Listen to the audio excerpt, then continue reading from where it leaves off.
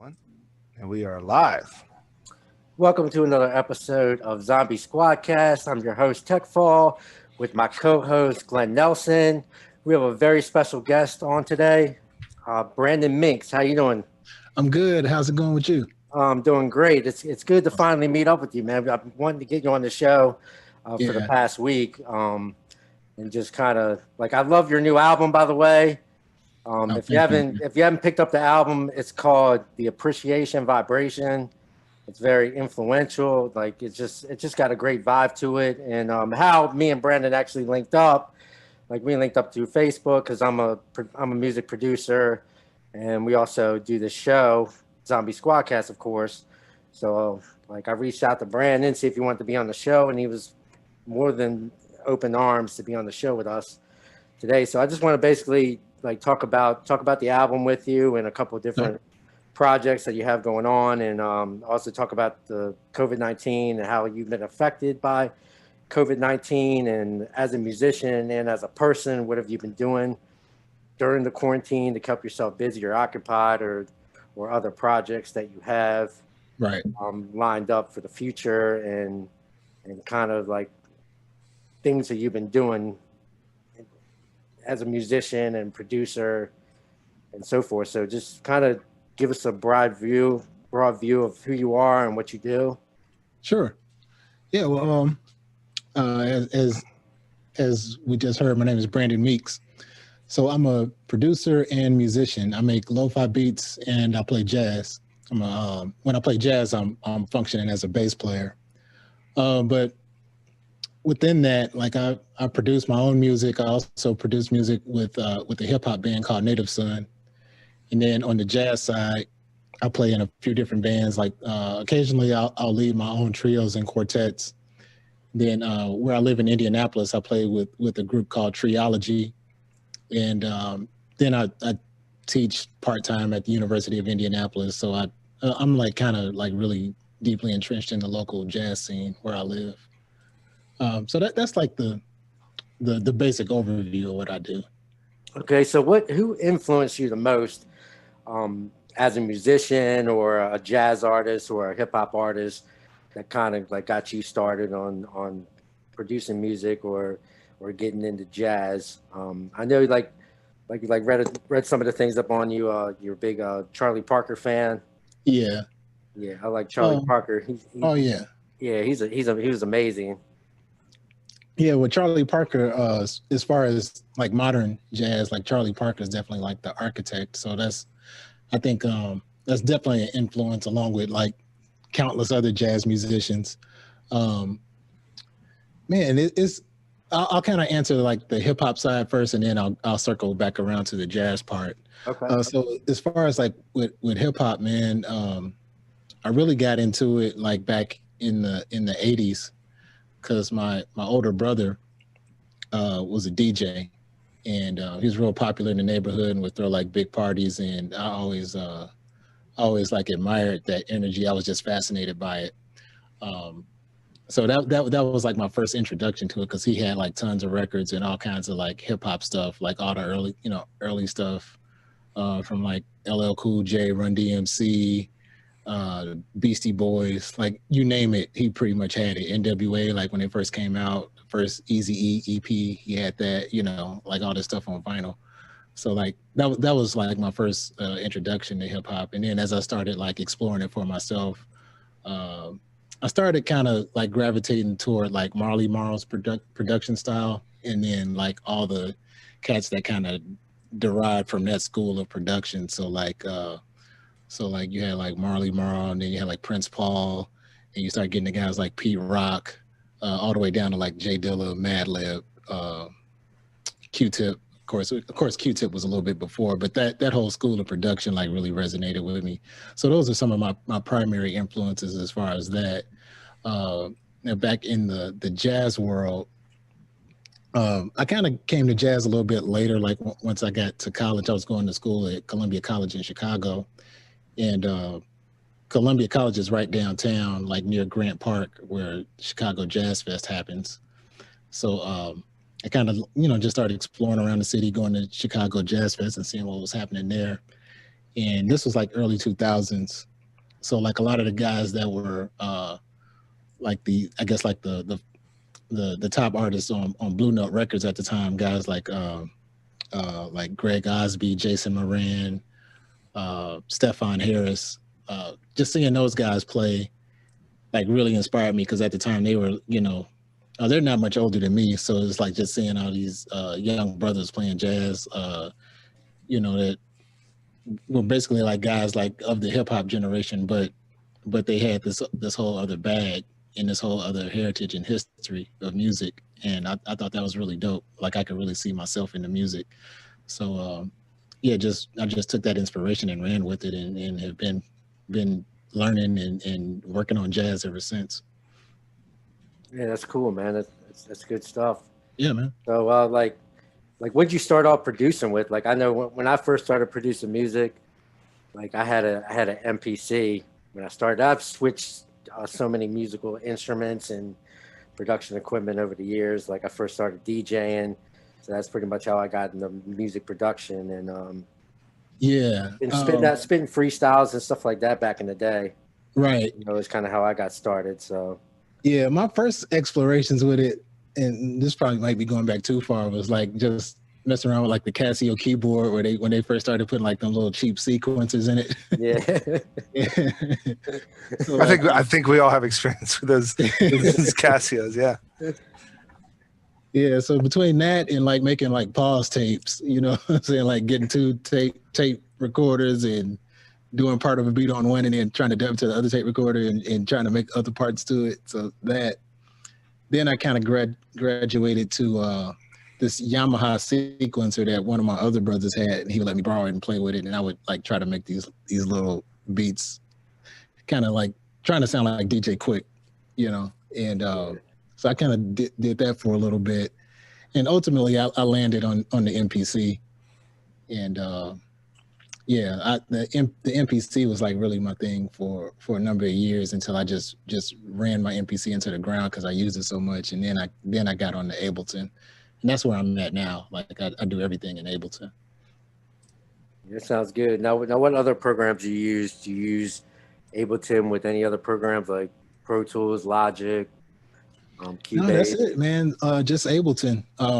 Because like all my instrumental stuff that I do, I like mix and master it myself. Okay. Just straight, basement independent, like, what I'm saying? So I do all that stuff myself. So like I just do everything in Ableton. Now when I'm working with my band, Native Son, like we'll do all the pre-production ourselves, and then we'll hand it off to other engineers to get the final mastering and stuff done. So a lot of that stuff will happen in Pro Tools and so. But when I'm just working independently, it's like just Ableton from top to bottom. Now tell us a little bit about the album that you just came out with.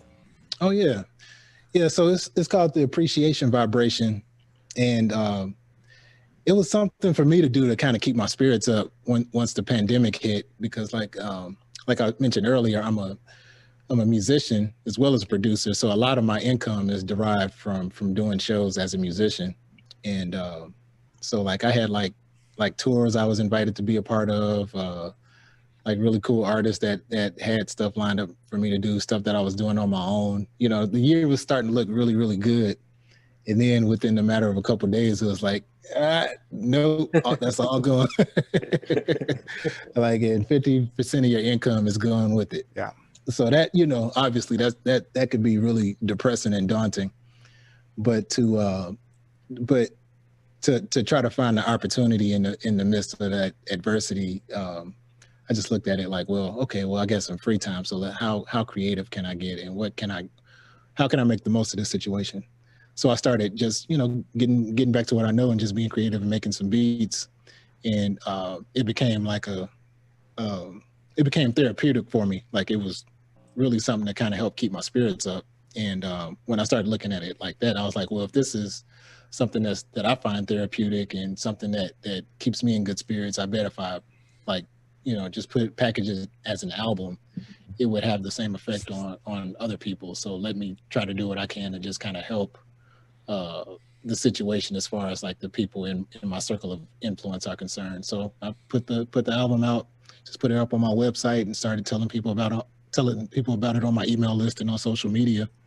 And and there it is. Yeah, it's good stuff, man. I've been listening to the album. There's a couple tracks that I really like. One's "Walk By." Oh yeah. I like that track. Oh, thanks, man. Yeah, it's pretty cool, man. Reminds me of like some Jay Dilla stuff from back in the day. Yeah. Or Guru's Jazzmatazz sample for that. Yeah. And, Jay Dilla was he would be in the Isaac Hayes bag quite a bit too. And remember Guru's Jazzmatazz? Oh yeah. Yeah, it kind of reminds me of that a little bit. And Vibrations, that's another good track on the album. Oh yeah. I'm glad you like that one, man. So. Yeah. I wonder if I should have brought it with me to play or something, but that'll give people something to go and look for after the interview, I guess. Yeah, it kind of inspired me to make a track. I made this jazz track, during the quarantine. Mm-hmm. Made it about a week ago, man. I was like, I let my Glenn Nelson listen to it, my partner. Yeah, like, man, that's a really dope track. I started writing some lyrics to it, man. And oh, dope. My next thing is just to record it. Oh, cool, man. We record the vocals to it and then master it. Yeah. So, and then get that out to the people. That's pretty dope, They man. can listen to it, man. So when it's done, man, I'll send it over to you. See what you think about it. Yeah, I'd love to hear it, man.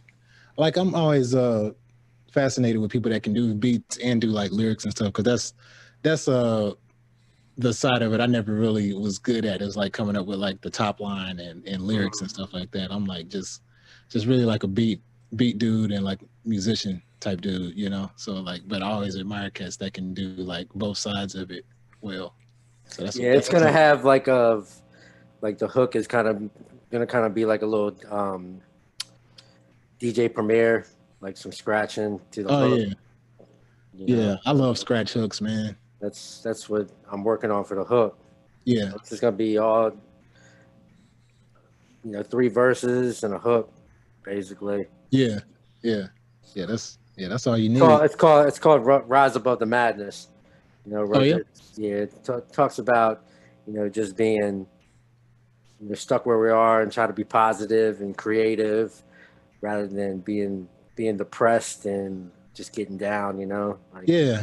I mean, it's kind of coming from the same place I am with my joint, because that's all you really can do. Is like we can sit and let this thing just completely consume us, or we got to rise above it. And I choose to rise above it. Yeah, that's what we've been doing, man. We've been working on a few projects in the works right now. We have a show coming out called, we have two seasons right now. 3rd season we're working on. It's called Sinister Infinite, and then we have Rogues Gallery. So it's basically a superhero crime show, and that'll be on a link. You can check that out too. Okay. Some of the episodes that me and Glenn been working on. Yeah, I really want to see that, man. That's like. Yeah, I'll definitely send you the links to that. Yeah. Okay. During the quarantine, did you have an opportunity to, maybe do something live streaming, take advantage of, like that kind of tech and playing something, mixing, mastering, or producing something live? Yeah. I don't know, like YouTube, whatever medium you're using. Yeah.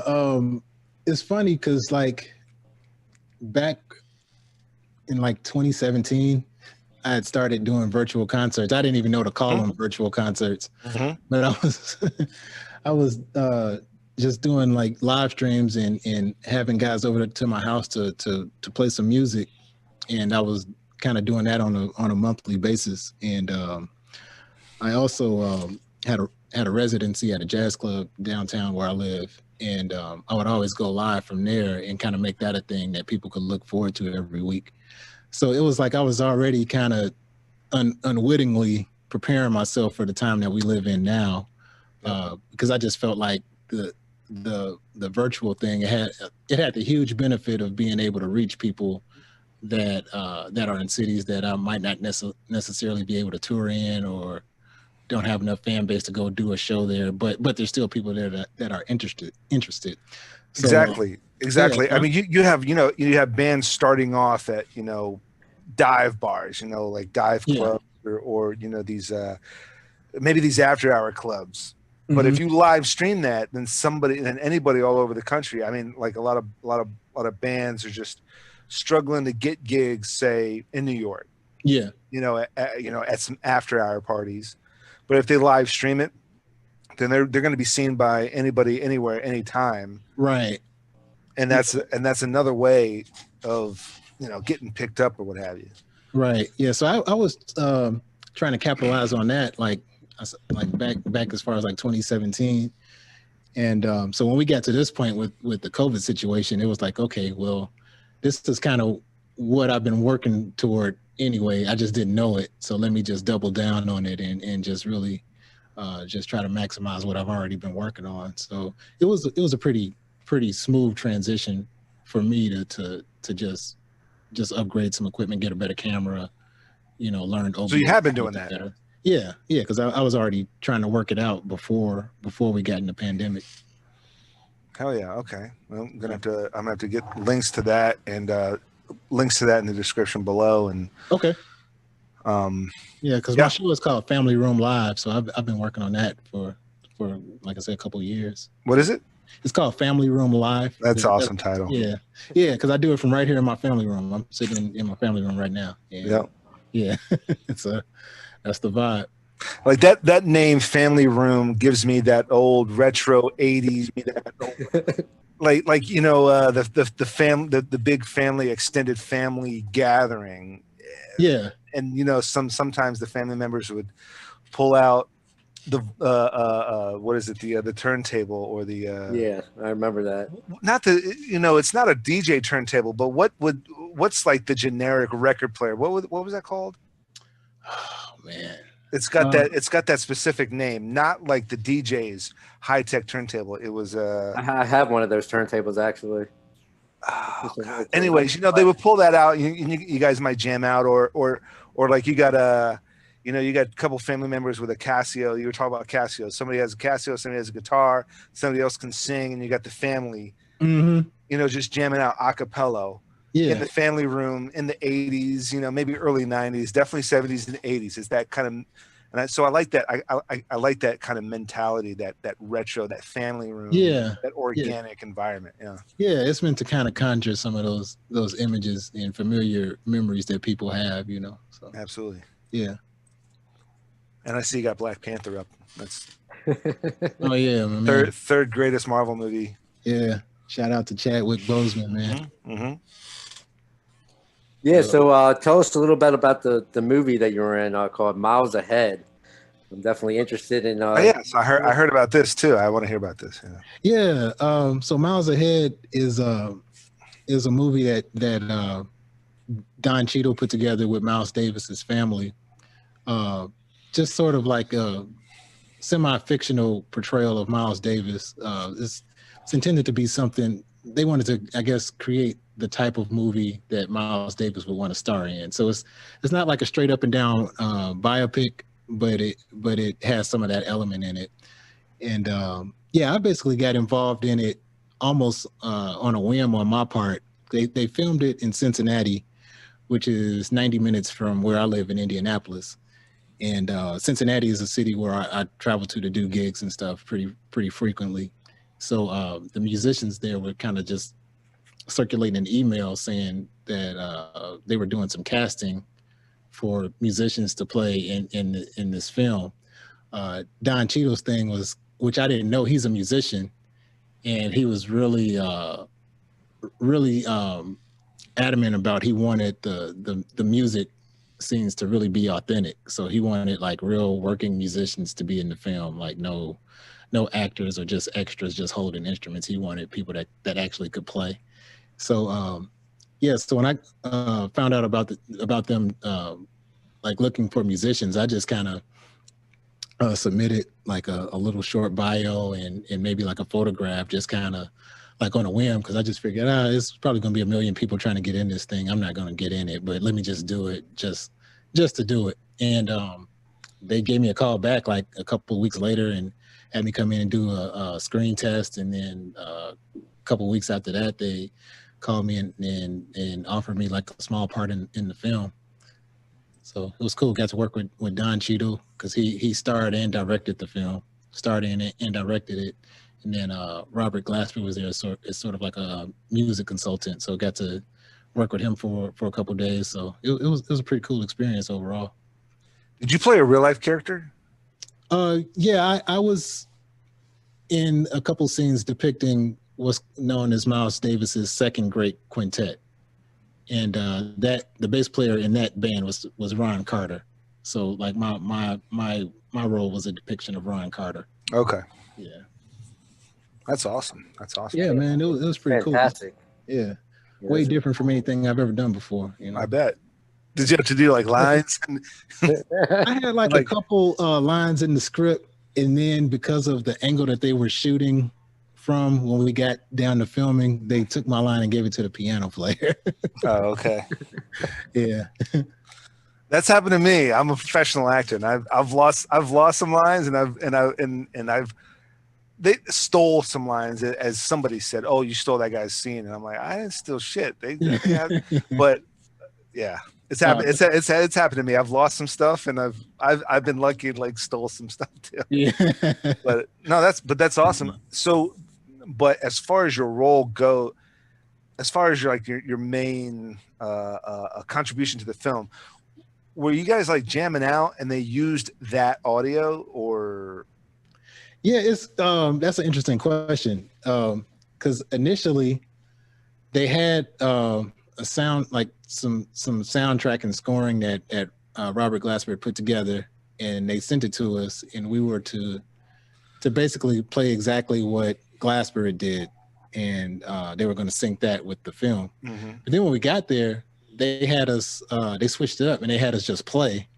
And then they had Glasper go back in and match the score to what we played.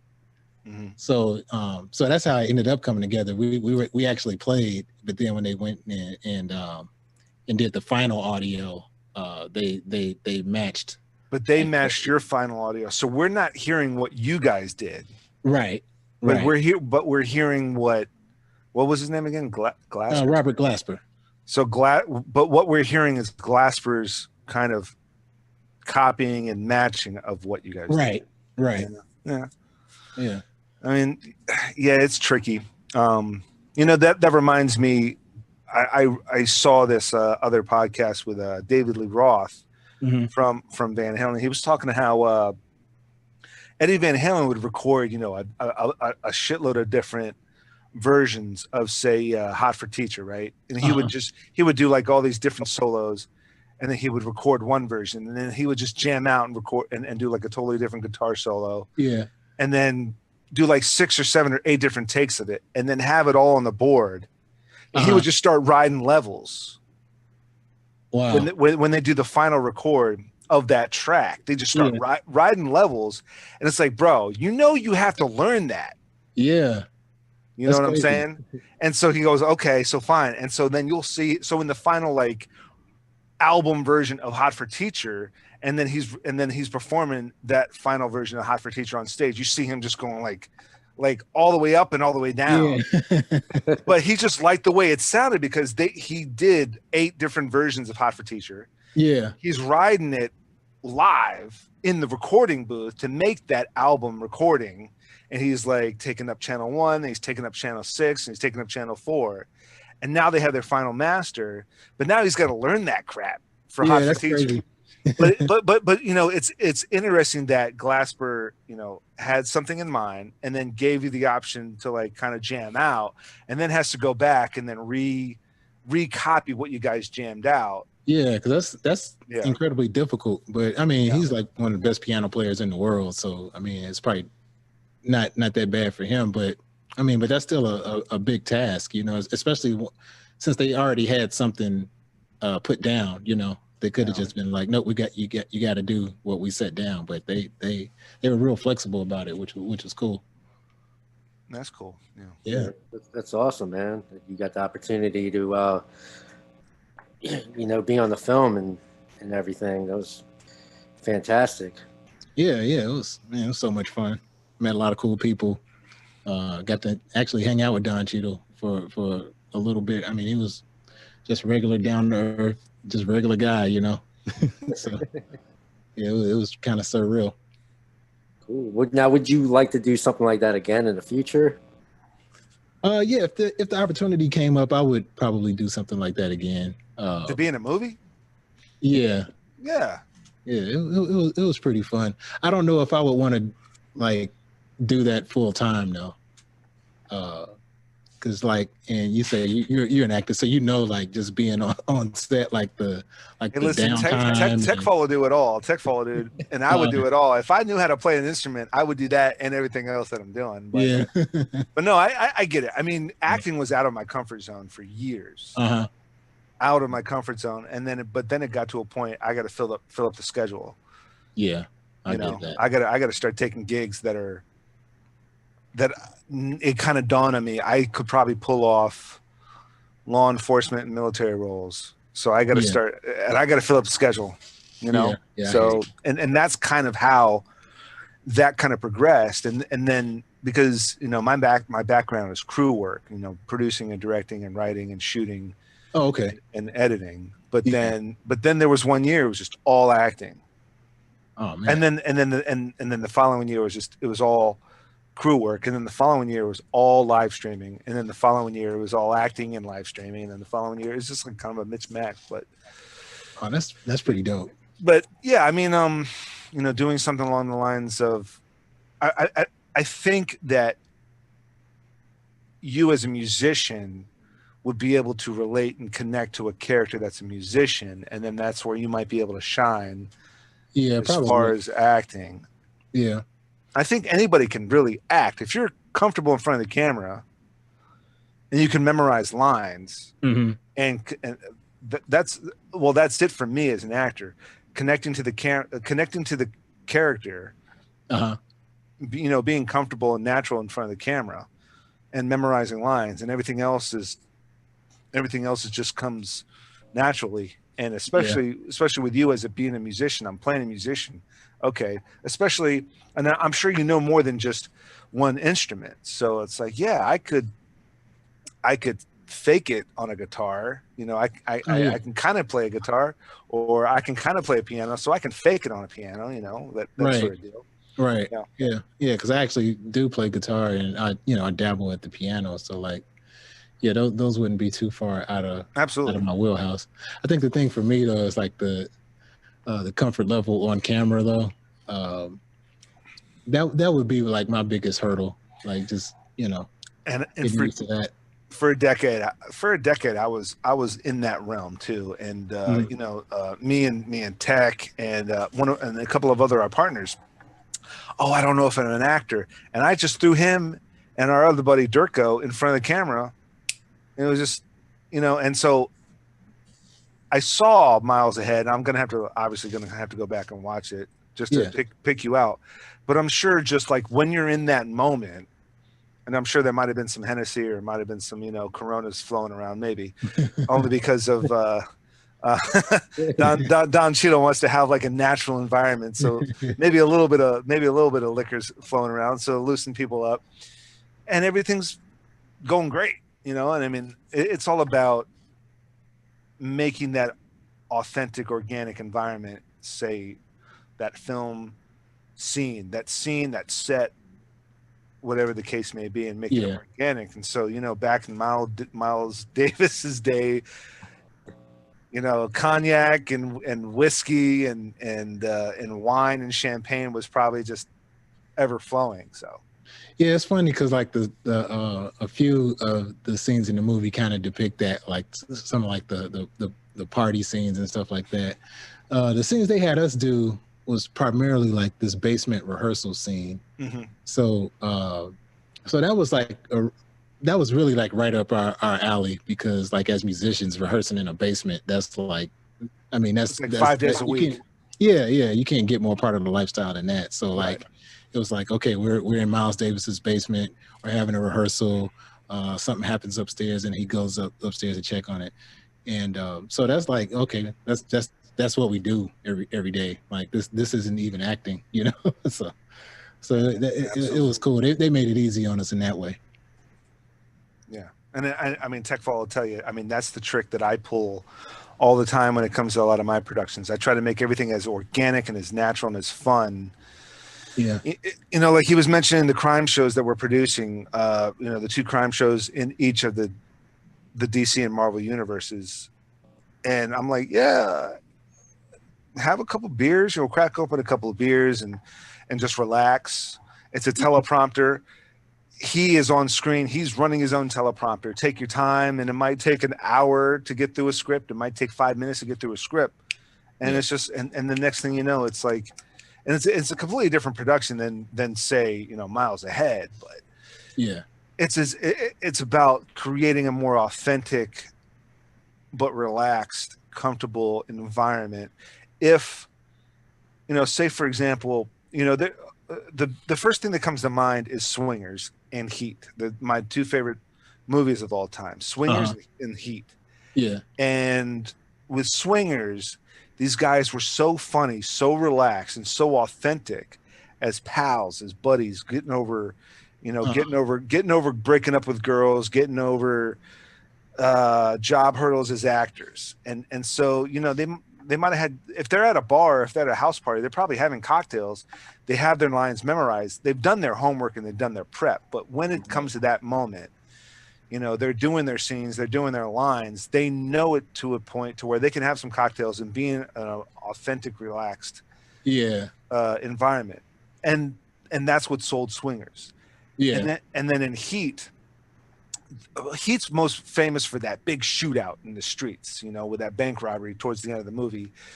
And all these actors did their training, did their rehearsals with the weapons, but it was such an intense environment that you could see it on Val Kilmer's face when he was dropping a mag, reloading that mag, racking it, and then going in with the second mag. There was stress, and there was that frantic stress, that urgency, that frustration, that authentic moment of a stressful environment, and you can see it on his face. And it's about creating that environment around you, that director and the producer creating that environment, that authentic, organic environment for the actors. And you know, like even you say like you're not comfortable in front of the camera, you would be lucky and you would be blessed to have that crew, especially with Miles Ahead. You're lucky that you had that authentic environment. You know, Don Cheadle went out of his way to, you know, create such an experience for you as an inexperienced actor, but a very experienced musician who's done this before, to be able to pull off playing a real life person. You're doing like you're playing, you're almost doing a biopic for the character you're doing. Right. And you're able to pull that off because these filmmakers are making that authentic. You've already done the research as the actor, because you already are the musician. Right. Yeah. And you're able to pull that off. And so now you, with that experience, could pull off more acting. I'm not, and this is not me trying to like push you to become an actor, anything like that. But, he's pushing me to become an actor. but what I'm saying is, I know my strengths, and my strengths are usually law enforcement and military roles. You know your strengths, and so your strengths are to possibly be, you know, that musician in a film. So you could play that role, say in Power or in Empire or in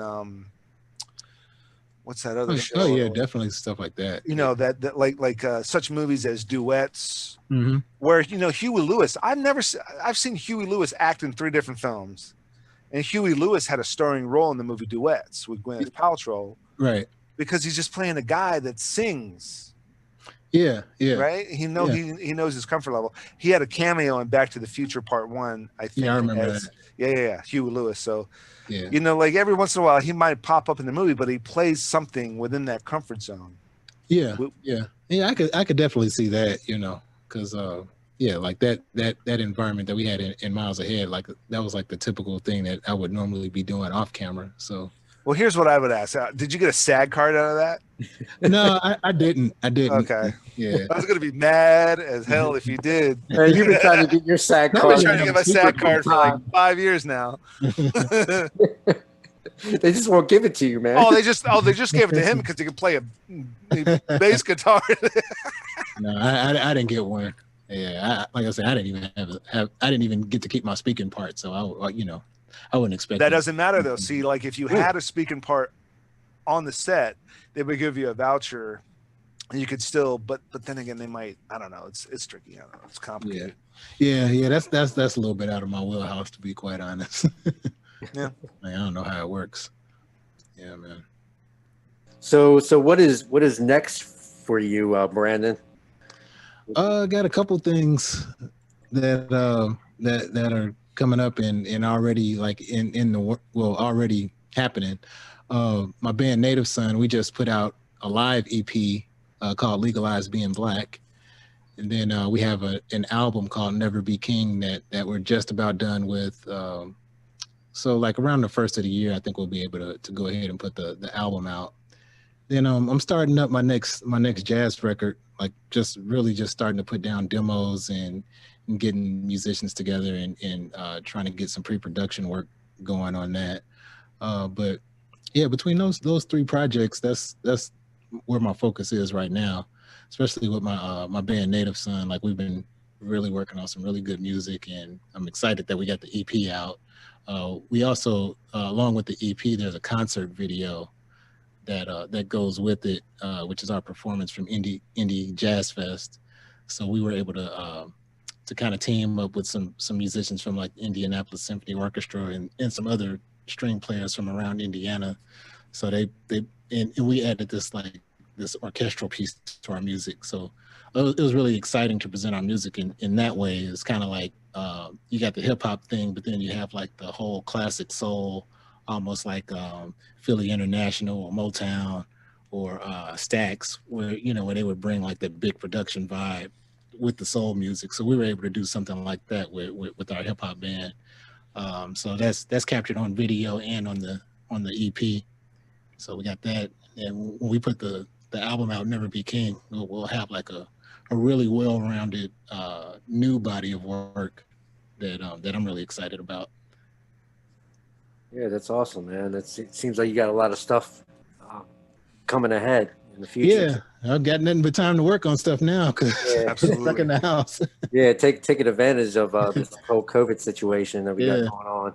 Yeah, so we're cranking them out, Yeah, that's like me and Glenn. That's all we're doing, man. The bad news is when you come over here and you see how we have to film our show. It's going to be so we have to. And you raise a good point, Brandon. It's just making it work within the COVID. And the wife, me and the wife, we just had a baby boy, and so. Oh wow! Congrats. Thank you, but I had to. I should be more thankful, but it's been such a thorn sometimes. But no, he's a beautiful baby boy. No, he's a blessing. But I had to go get a portable green screen, and we're shooting seasons 3 and 4 of our web series between December and February, and we can only shoot it on the back deck. So I have to get portable space heaters.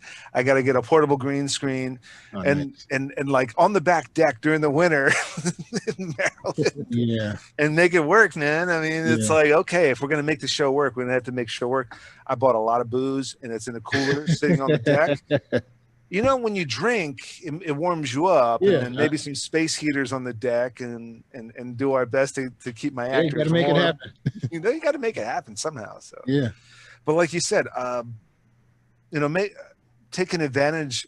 This is the time now, with all this downtime. This is like the pristine time to like bang out albums and experiment. Yeah. I couldn't. What have you? I don't mean to cut you off. Oh, you're fine. What have you found that you have discovered in this downtime? Like personally or professionally? Both personally and professionally, yeah. The main thing is just like I've kind of had to push myself to different limits and really expand my comfort zone. In like a lot of like successful people say, like you need to get comfortable being uncomfortable. Mm-hmm. Well, yeah, that circumstance has been like kind of thrust upon me where like, okay, well, doing things outside of my normal level of comfort, that's become the norm. So it's kind of helped me see like, oh man, you're capable of a lot more than what you've previously given yourself credit for. So so now like my idea of the things that I can accomplish has kind of greatly expanded as a result of just being put in this COVID situation and having half of my income taken away in a week and having to figure things out. So it's like, it's kind of like when you lift weights all the time. Then when you take that weight away, it's like, man, I'm super strong now. So it's really helped me out as far as that. It's just getting comfortable doing different things, trying new things, and just acting in spite of fear. Yeah. So that applies to both personally and professionally. Absolutely. Yeah. It's good stuff, man. Yeah. Yeah. It seems like you're very positive during this COVID and taking advantage of the situation and just making the best out of it and just being super productive. And that's what we're all doing here. We're all artists in some way or form, whether we're doing TV, film, or making music. So I always just try to keep it moving and be creative and try something new that I haven't before. Right. Yeah. Trying out some new equipment that I've been experimenting with new gear that I just got. So that's been keeping me busy and also doing the show like we've been doing the show weekly. Glenn has had a lot of guests on the show. Also we do a round table. I'll be weekly to bi-weekly. Yeah, weekly to bi-weekly. We've been doing the show, so that's been keeping us busy, keeping us occupied, and positive. Right. Positive is the best thing, Yeah, I mean, you gotta just stay positive and stay motivated. Well, TechFall called me and said, I got a guest for the show. And I said, great, man, you're going to run the show. You're going to host this one. You booked him, you're going to host them. And of course, I can't help but, jump in with my points and my, but no, I mean, that's what, so, that's our hope is that we get more guests and then we get you back on again down the line. TechFall is well aware, we have, we have like this plan to at some point to bring everybody back on down the line. Oh, that's cool. And say like, okay, so quarantine's over. Everybody's got a vaccine. What's, what have you done? Right. What have you done in the last year? What do you got? And that sort of thing, kind of a catch up. What do you call that? A reprise or requiem or something like that, and that sort of thing. And I have just about one guest a day or every other day, and me and Tech and a couple other guys will jump on. We'll do a weekly or bi-weekly round table and just talk about random stuff. The round tables are more vulgar and more immature and more fun and more comedic, obviously. But I mean, it's just, like you said, it's taking advantage. Me and TechFall have tried this podcast thing 4 different times before. And it actually kind of worked this time. We definitely took advantage of this downtime. We definitely took advantage of the quarantine. I'm blessed with, TechFall and Durko is another member of the Zombie Squad. And it's just trying 17 different things to strike gold at one. And sticking with it. And like yourself, just taking advantage of every second. I can make money back, but I can't get time back. There is no DeLorean yet. So what I can do is I can find a tricky way to maybe get a higher day rate on something to make up for some money I lost. But if I sit around and do nothing all day, then that's truly like a loss where I could have worked on something that meant something to me. And especially during this quarantine, it's like, it's odd because, well, I don't think it's odd. I think it's kind of obvious that everybody would have wanted to jump on this podcast nowadays and just just spew, you know, just Mhm. let it go, just express themselves, right? And, Right. you know, that's what me and Tech's been doing this whole time. Yeah, man, it's dope, man. I'm glad you guys are out here doing this, and I got to come on one time and be a part of it, man, because this is awesome. Yeah, well, I've been following you on Facebook and Instagram, and you know, I see you being super creative, and you're doing your live, your IG live studio sessions, man. And I was just like, dude, I got to get this guy on here, man. I told Glenn, I was like, hey, I got this guy, Brandon MEEKS, dude. You need to check him out. We need to get you on the show. And what's funny is you scheduled. What's funny is you scheduled for last week, and I looked at the schedule and I said, okay, well, I might not be able to do it, but if you can rock it out, but Chris had to work, and he goes, can we bump into him next one? I was like, oh yeah, definitely, because I'll be available. Yeah, but yeah, like, I definitely wanted Glenn to be on the show. You know, get an opportunity to meet you, and yeah, I feel like I told him, I was like, man, you're just a super awesome guy, you know, from just like talking to you a little bit on your IG live, and your musical talent is just like through the roof. I was like, man, we got to have this dude on the show. this guy's good. This guy's good. this guy's good. He actually has albums out. Yeah, you gotta have at least one. You know? He was actually in a movie. He wasn't in the ID crime show. He was actually in a movie. So, yeah, like what's funny, you know, going back to the acting thing, because that's like my bread and butter. But what did me and I called Chris up. So I get an acting gig playing a U.S. Marshal in this ID crime show, and so I think somebody dropped out. A couple of people dropped out at last minute, and they said to me, "Hey, do you know anybody?" And I texted Chris, and I said, "Bro, what are you doing right now?" He goes, "I'm drinking, man. What do you think?" I'm like, have you drank too much right now? He goes, "No, I'm on my first one. Get to this city right now. Get to Lanham right now, and you'll be in a show. If you can get here in 2 hours." He goes, "I'll be there in an hour." It was like, right. Did you finish that beer? He goes, "No, I just cracked it open. I'll throw it away. I don't care." And so he gets over there. We get all tacked up in like U.S. Marshal stuff. We do like a whole day shoot in this crime show. And before that, I had, pretty good luck, having close-ups, and like, see my face, and I've got dialogue, and we're kicking indoors and blah, blah, blah. So he shows up. We're all tacked out like U.S. Marshals, kicking indoors and handcuffing this dude and walking him to court and blah, blah, blah, blah, blah. Yeah. And then we see the episode, and they get super stylistic. They got everything blurred out and slow and very dark, artistic lighting. And we're like, dude, you can't even see our faces. And we're sitting there laughing. Yeah. And it's like, hey. One of our scenes on Miles Ahead kind of went like that too. Like, I think you saw the movie, but if you remember like the boxing ring scene at the end, like we had during the filming, we had like a really big part in that. But then when they did the final editing, it was all blurred and kind of trippy, like Miles. It's like a montage, right? Like a music montage type scene, yeah. So it was like, but the basement scene, we were like, really, I saw it when it came out on digital download, like it came out on DVD or home video. Or whatever. Yeah, it's been a couple years now. It's been a couple years, so I remember the basement scene because that was a long scene.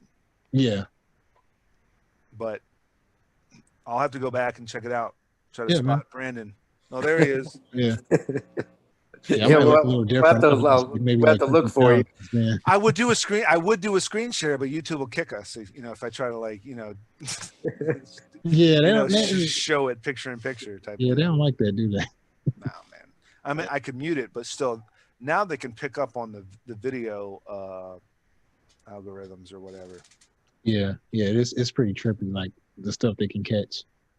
Oh yeah. Yeah, it doesn't make this stuff fun. TechFall wanted to do a live stream of the Tyson Roy Jones Jr. fight, and I said, "Dude, we'll get shut down in like 2 minutes if we're trying to live stream and commentate at the same time." Did you watch that? No, I didn't get to see it, man. Yeah, I didn't get to see it. I heard a little bit about it. Yeah, guys were kind of like, oh, they just were kind of just hugging most of the time. Just hugging them most of the time. Yeah, yeah. Yeah, it's just like, listen, I mean, Tyson had his moments. Tyson had a lot of moments, but those have to stay sacred to me, and they have their place. Yeah, I hear you on that. And I think the bigger fight got more publicity than the Tyson and Jones fight was Nate Robinson versus Jake. Jake Paul. Jake Paul. The YouTuber versus the slam dunk contest winner. The hot dog eater. Oh, the slam dunk contest winner. Oh man, I need to go look that up. I haven't seen it. I think it was Jake Paul knocked him out. He knocked him out like Craig knocked out Debo. but yeah, it was the fight before, or two fights before Tyson and Roy Jones, right? Yeah, it was a fight before. Yeah. I don't know, man. Boxing has changed so much over the years. Like, I mean, it's falling off the map, dude. So the boxing match in Miles Ahead, what was that? So it was basically like the climax of the movie, where Miles is confronting the record label villain who's trying to steal his master tapes, and they end up at this boxing match. Like they're chasing each other down, and the chase like leads them to this boxing match, and they're like the premise is Miles is trying to the record label is trying to steal this master recording of a new album that Miles Davis has been working on, but is not ready to release yet, and they're trying to steal it so they can exploit it and make money off of it. So it kind of ends up in like a quick shootout and some hand-to-hand fighting scene, and it's like this shootout. Yeah, I don't remember a shootout. Yeah, like Miles is like trying to get away, and the guy like shoots at him. No shit. Yeah. Okay. It's like toward the end of the movie. Was it so? But you mentioned it was like half biopic, half fictional. Miles Ahead was. Yeah. So like the fictional part, like the general story of the movie, like the plot is fictional, but then throughout the movie, Miles is having like these flashbacks of his relationship with his first wife, and like those flashbacks are factual. But okay. But the rest of the plot is like is a lot of embellishment. Yeah. Was the fight supposed to be like a specific fight? Was like a Ali fight that they walked into or something? No, they didn't tie it to anything historical. Okay. It was just some local fight, yeah. And then part of the scene was like Miles was like kind of tripping out, like he's like kind of in this cocaine induced haze, and he was seeing things. Oh yeah, I bet. So like the fight scene was like kind of like part of it was happening, but it was kind of like part of a hallucination at the same time. Okay. Like the fight's happening, but then like his band is in the ring with the fighters, and is really tripped out. Cool. Yeah. Yeah. I'm gonna have to go back and watch it because I remember most of the movie. I don't remember. I think okay, now that I'm thinking about it, it's kind of ringing a bell. Like him, like somebody was shooting at him or he was shooting back. Or yeah. But, yeah. And then and he was like carrying a pistol around through most of the movie too. Like that I remember. Yeah. Yeah, we're gonna have to watch it again and look out for you, man. Yeah, check it out, man. I'm all right. I'm done taking over the show. This is TechFall's episode. Oh, all good. I'm just here. Nah, man, we're just laid back, dude. We're just having fun, man. Yeah. I'm all about that, So we went out to New Orleans last year, man. I'll tell you what, man, we saw some phenomenal musicians, man. The street performers are just amazing. I don't know if you ever been out and played in New Orleans before. I haven't been there to play. Like I was there as a teenager, like to visit, but I need to get there as a professional and be a part of the scene and the culture. Yeah, A it friend of was. mine who plays trumpet moved there a few years ago, and I know he's doing really well, kind of like in the street performing scene. You know, he's doing some other things, but like I guess that's like a big part of the music scene there is Oh yeah. yeah, doing that. Yeah, they're super talented out there. Like Yeah. I've never seen street performers like that in my life. It's like, wow, these guys are incredible. Yeah, I mean, yeah, it's not the birthplace of jazz for no reason, you know. And they've probably played with like one guy we saw him play. I was like, man, that guy probably played with like Bruce Springsteen, you know, like Man. back in the day. You talking about that guy outside the casino that was doing like a guitar solo for 15 Yeah, minutes? It yeah. was like it was incredible. Yeah. Wow. It's crazy. Wow. Yeah, I need to get back down there. Like, hopefully, when this pandemic is over with, I can kind of do a little bit more traveling and go to some new places or revisit some places I haven't been in a while. I mean, like right now during the pandemic, this is the opportune time to like be a street performer, live streaming, and just jam out. Yeah. Solo. You know. Yeah. I mean, I shot. You know, we have like a fourth web series, which is just our gigs, our travels, our nights out at the bar. You know, it's just about everything in between. Mm-hmm. And I filmed this one guy, and I just stood there and with the iPhone and just recorded him on video for 15 minutes, and he was just jamming out, you know, in front of this casino.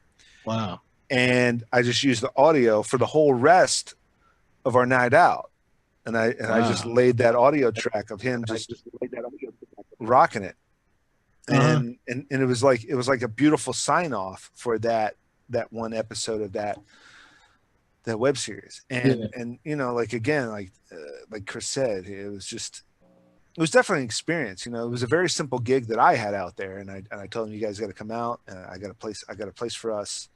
And we definitely took advantage of this, of that opportunity. And it was a lot of traveling, a lot of music. I think, you know, getting some voodoo spells, you know, done, you know, hopefully for our benefit, no curses, but, you know, what is it? Good juju and all that stuff. I mean, it was definitely, you know, like that. It was like a whole nother world, but yeah, I remember like when the last time I was there, it's been a long time ago, but yeah, I kind of had that vibe too, like that kind of otherworldly feeling about. I don't know, it's a really cool spirit and energy over in New Orleans. Like I really dug it. Like I said, I would love to get back down there and hopefully do some playing.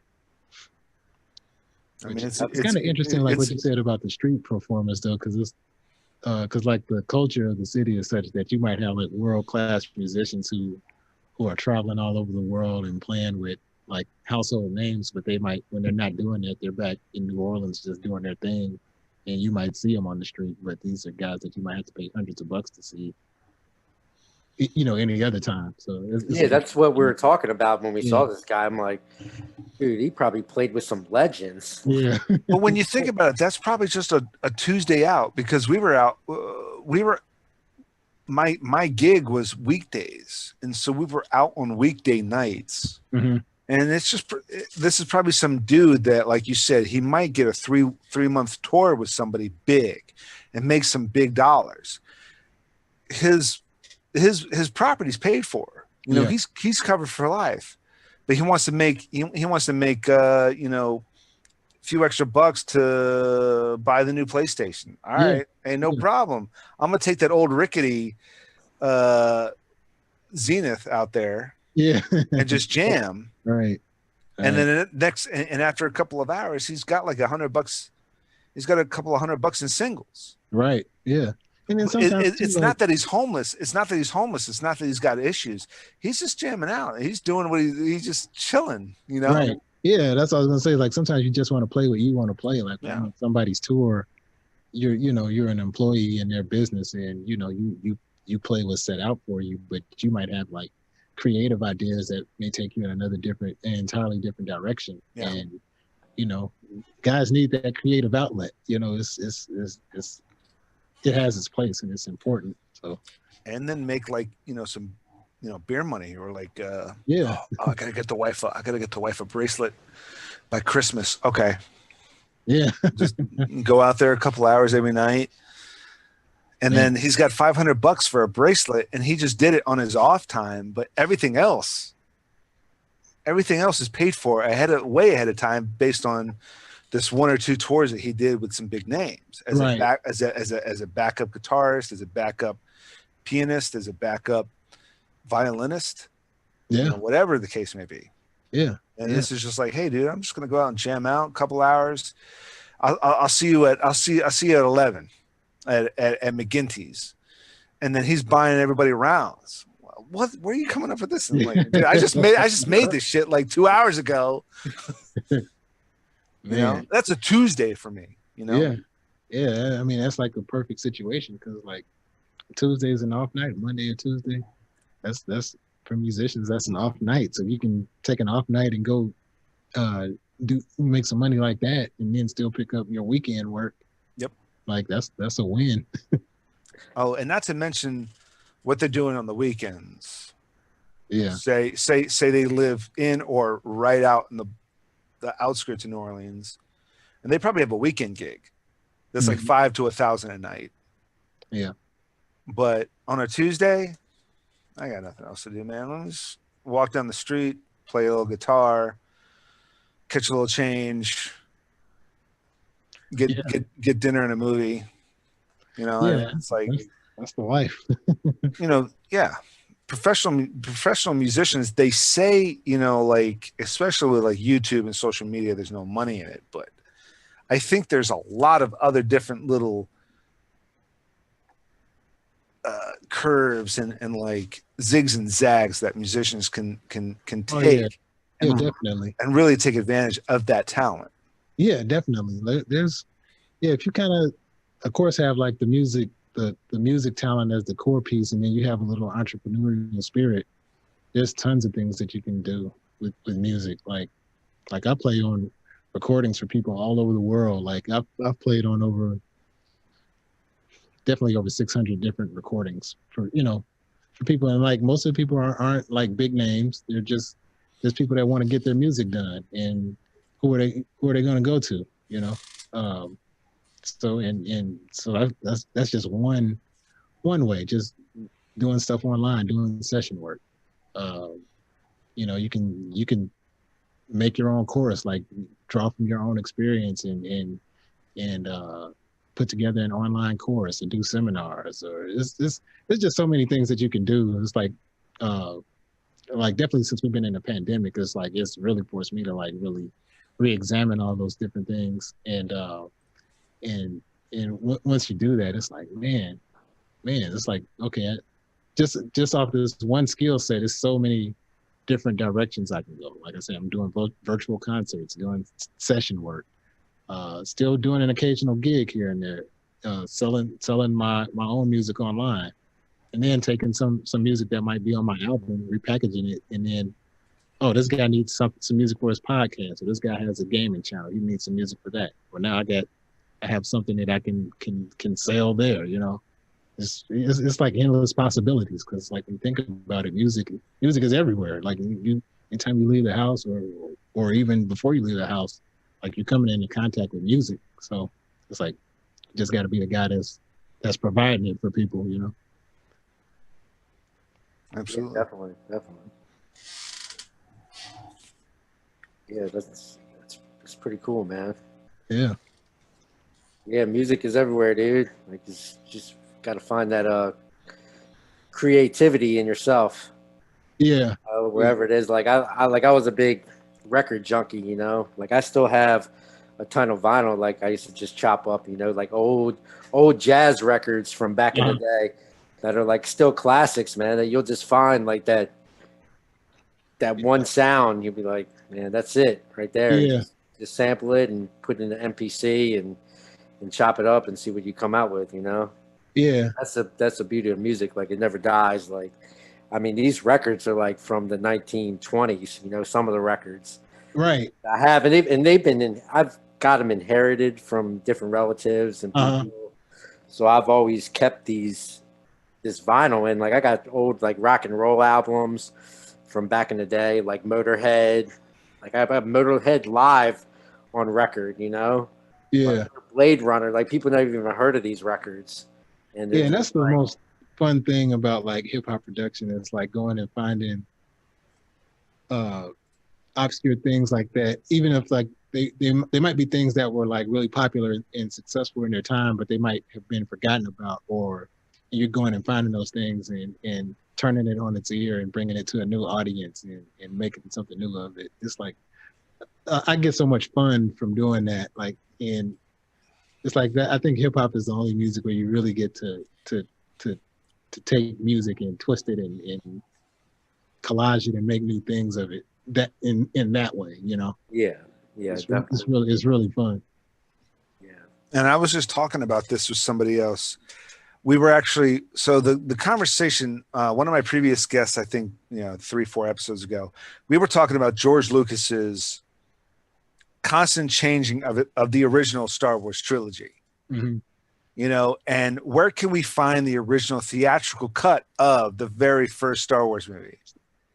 You know how in the desert shanty town, when they go to that bar and they meet Han Solo for the first time? Yeah. The only version to see now has all this terrible CGI when George Lucas added all that stuff. Huh. And I can't find the original 1977, I think it was, theatrical version where it was just desert. It was a couple of people in the desert. And so it kind of expanded on Kanye West's I forget the name of the album, but he released the album Untitled. You remember remember Kanye and Jay-Z were trying to start Tidal? Yeah, I remember that. It might have been like Life of Pablo. That was the first album. Life of Pablo, that was it. Yep, that was it. It was either that or Yeezus or something like that. Yeah, I think Yeezus came out before Tidal. So it was Life of Pablo, but he live, not necessarily live, but on Tidal, he would update the album Life of Pablo. Oh yeah. So if you listen to it in March, if you listen to it, let's say you listen to it in January, Life of Pablo, track number 3 would be different than it would be in April. Yeah. Or May. Because he changed it. He might have updated. He might have played around with it. And that's kind of cool in such a way, right? But yeah, definitely. But can I still find the January version? Yeah, that's interesting. You see what I'm saying? And so, okay, George Lucas re-edited and remastered what we now call Episode 4: New Hope, which when I was a kid, it was always known as Star Wars, the very first one, Star Wars. He re-edited it, he remastered it, threw a bunch of CGI in it. But I can't find the version that I grew up with. Right. It doesn't exist unless you have that VHS from 1989. Yeah. Like it might be somebody in my family that has like, what was like those big laser discs? Yep. I mean, like, and now you got to transfer that laser disc, and then you got to upload it for digital download somehow on torrents, because it's not going to be available legally, because George Lucas says no. The only legal version is the version I say, and granted, Lucas's original version was all these different creatures and aliens and animals and a whole bunch of more stormtroopers than he was able to afford to put in that scene when it came to the 77 version. But me as a fan, it was that version that I grew up with and that I loved. And now that I'm seeing this new 1999 or 2001 edit or whatever it was, I'm like, I don't like this. It doesn't work for me. Can I get that old version? Yeah. And I don't think it's even available. I don't even think that they have that in any way, shape, or form, unless, like you said, your family like digitizes that laser disc. I might have a buddy that has that VHS from 1989 or 1990, and they digitize it somehow. But do they have the widescreen aspect, the original theatrical version of widescreen, instead of, you remember VHSs were 4:3, they were squared, right? And so I don't want the square version. Yeah. Right? I want the theatrical. okay, so moving on to like Kanye, you know, he's constantly touching up this album digitally through Tidal, and that's I forgot how did we jump off on that TechFall? I mean, that was, you were saying like experimenting and Yeah, we were talking about like sampling and how Yeah. you can like take different records and kind of twist them around and make new things of them. yeah. I think like what Kanye's doing is like I guess like the next step in the progression of that, like where you're really like changing the album in real time. I Yeah. guess that kind of creates like a sense of like scarcity and fear of missing out a little bit, because like you want to, like, okay, he puts the album out, you get that version and he updates it. Like if you're a fan, maybe you want both versions, so you want to get the original before he changes it. Right. You know, like when we were kids, there was somebody's, oh geez, let me try to think of an example. You know, there might have been you know, you had Cypress Hill's Rap Star, and then they linked up with a rock group and they did Cypress Hill's Rock Star. Mm-hmm. There's two versions, but you can always find both versions. Right. I actually had that on vinyl. There you go. Both sides of it, the Rock Superstar and the Rap Superstar. Rock Superstar and Rap Superstar. Yeah. There you Yeah, go. there were two versions of it. Right.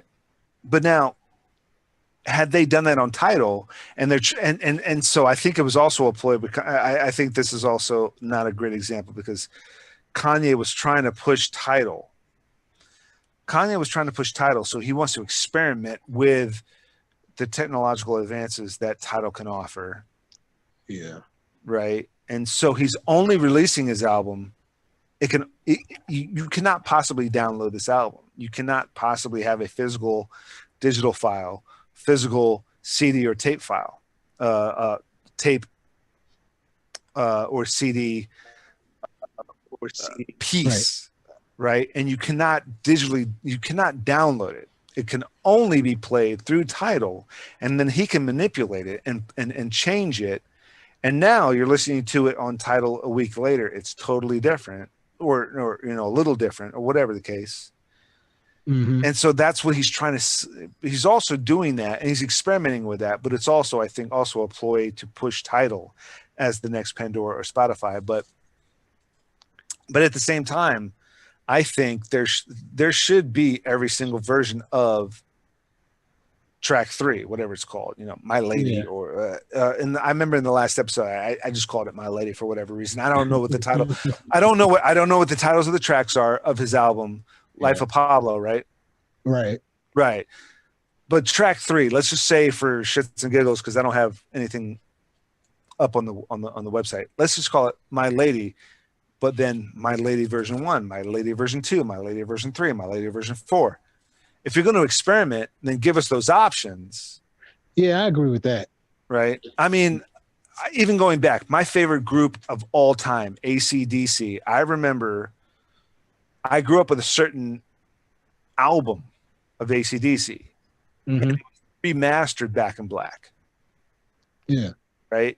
But then I watched like a week or two ago, I watched Maximum Overdrive, and AC/DC did the whole soundtrack for the movie Maximum Overdrive with Emilio Estevez, about like the monster trucks, about the, you know, the trucks that came to life and all that stuff. Yeah, I remember. And they did the whole soundtrack, and I heard You Shook Me All Night Long. I heard Who Made Who, and it sounded way raw. It sounded like it was done in a basement. It didn't sound like it was done in a studio. You know? And I'm like, oh, these sound like shitty versions. And then I go back and I'm like, you know, that makes sense. I remembered back in the day, they did artists, bands or artists started doing remastered versions of their tracks. Yeah. Of their albums. Yeah. And I much prefer the remastered. I much prefer it. But guess what? Metallica did the same thing. Exactly. But both options are available, dude. Yeah. Right? Yeah, and that does make it cool. Like when at least you have the option. You can pick the one that you have this lineage, right? You have like this historical thing. And so to say that Lucas and Kanye, they keep the version 1, 2, and 3 available, you can have this version, because they did that with DVDs. I have 4 different versions of Terminator 2. You remember when they kept coming out with different versions of Terminator 2? Oh yeah, I have all 4. Oh wow. Yeah, it was the digital version. Oh yeah, you got Terminator 2, Judgment Day, then you got the digital version, then you got the ultimate version, then you have the final version. Yeah. Same with Blade Runner. I forgot about that, but now that you mentioned it, I do remember. Yeah. Yeah. But now there's like some artists that are like erasing history, and I'm like, I don't mind you doing this, but just don't like deprive me of this, because this is the version I saw and liked more. Yeah. And that's okay. I think as an artist, you can have different versions. Yeah, I think it's cool. I wonder, do they kind of see it as an opportunity to do, like, remember back in the 90s or so, like with Disney, they would release like their VHS movies, and then it would only be like available for a little bit of time, and then they put it back in the vault, as they would say. Yep. And then when they got ready to bring it back out of the vault, like people were going crazy to get like Bambi or Little Mermaid or whatever it was. So I wonder, does like Lucas and Kanye kind of see themselves as pursuing like an opportunity like that? Like, yeah, I'm going to take this away for now, but I'm going to come back with it in like 10, 15 years, and people will be, man, I want to pay $200 for that one version of Star Wars, the original one, you know? And 15 years from now, Lucas releases the original 77 version of Star Wars New Hope, right? Yeah. But they put it back in movie theaters. Oh yeah, and the original 77 version is re-released in theaters for a limited time only. Yeah, like people would go nuts for that, you know. When you saw, like they could play the original Star Wars and make millions of dollars by putting it in a theater. Mm-hmm. Yeah, I mean, you raised a good point. So now that Disney has Disney Plus, now they just at a click of a button they can pull stuff away, right? Put stuff back. Pull stuff away, put stuff back. Yep. And I mean, I think when it comes to maybe 2000 and plus, when you have like things like Frozen, there's only going to be one version. But when it comes to like Bambi, Bambi, I forget what year that came out, but they touched it up. I don't think they did too much to like add or take away, but of course they recolorized and they and they digitized and they HD'd and filled in the gaps when it came to the old print versus digital 4K quality. Mm-hmm. Yeah, but yeah, I don't think there's any scenes necessarily that they added or take away.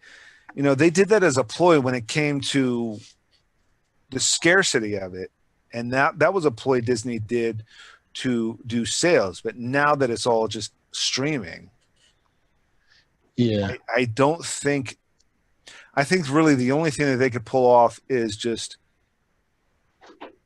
turning it off on streaming. And then oh man, now Bambi's gone. And then they up the price of digital. They up the price of the plans. Yeah, I could see that. And then they bring it back, and then you're like, "Oh, it's back now. Now I can watch all Bambi, Cinderella, Sleeping Beauty, Seven Dwarfs." Da, da, da, da, da. Oh, let me re-up my plan at $78 a month. Right. Yeah, sure.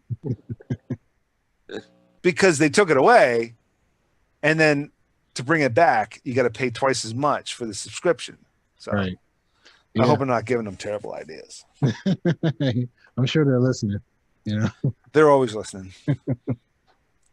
So has there been anything that you've been watching or any books that you've been reading during this quarantine to kind of keep your mind away from everything that's going on? Even like, I know that you've been working a lot on music, but sometimes even you need a mental break from that every once in a while, Yeah. Or binge watching any shows. Yeah, I kind of been like checking out a couple different business books lately, and then just for the heck of it, I kind of been like reading up on this one book about like secret societies, getting my conspiracy theories all together. You know, got to stay up on that. But I'm trying to think of some books I've been reading. I think the Secrets of the Millionaire Mind. I think the guy's name is Harv Eckhart. I can't remember his exact name, but the book is called Secrets of the Millionaire Mind. We're at the subtle art of not giving a fuck. Man, it's been a few. Then reading, you know, like novels and stuff. Like went back and checked out 1984. You know, since we've been in the pandemic. I like Robert Greene books a lot too, like Mastery, of course, 48 Laws of Power. You know, I always come back to those two. Yeah, but those are kind of my main ones. I usually try to check out like business books because I'm trying to, when I'm not like physically working on music, I'm trying to like just kind of stay inspired and be constantly feeding myself like good, fresh ideas about like just business and like how to conduct myself like off the bandstand and when I'm away from the computer, like what things do I need to do to position my music correctly in front of the right people. Yeah, that's great, man. Just seems like you're staying positive and focused and learning new things. Like we all are. Like there's always new stuff to learn or you know, brush up on. And, Yeah.